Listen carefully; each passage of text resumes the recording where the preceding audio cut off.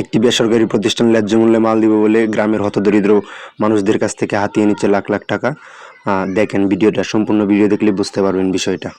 এই ভাওড়া দিলাম, ধর এই একটা সেমাই দিলাম, ঠিক আছে, 1 কেজি আড়া দিলাম,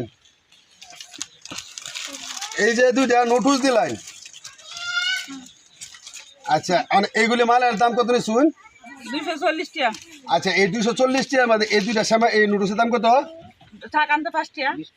কথা বুঝেন আপনি? আমি আপনার বুঝাই, আপনি আমার বুঝাবেন, আমি আপনার বুঝাই। হ্যাঁ, বলেন। পাতে তো এটাই, ঠিক আছে না?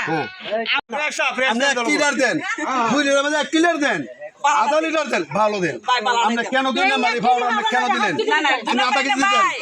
আপনি খুলে দেখবেন, খুলে দেখছেন ভাই, আমরা বল জানি, আমরা টাকা ফেরত চাই, আমরা আর কিছু চাই না, টাকা ফেরত দেন ভাই। আমরা আগামী তারিখে না দে ডাইরেক্ট কোন নামে আমার মামলা লাগতো না, হেলা নিজে নিজে মামলা ধরা। এটা রেকর্ডিং হয়েছে, কথাবার্তা হয়েছে। ওয়ান লাভ পিস থেকে সামনে তারা লাভ দেয়, আজ এবার ভালো মাল দিব, ভালো মাল দিব। আর যদি আমার কোনো সমস্যা নেই, আমি এর লাগে অসন্তুষ্ট না তো, কিন্তু মাল তো ভালো দিবেন আপনি।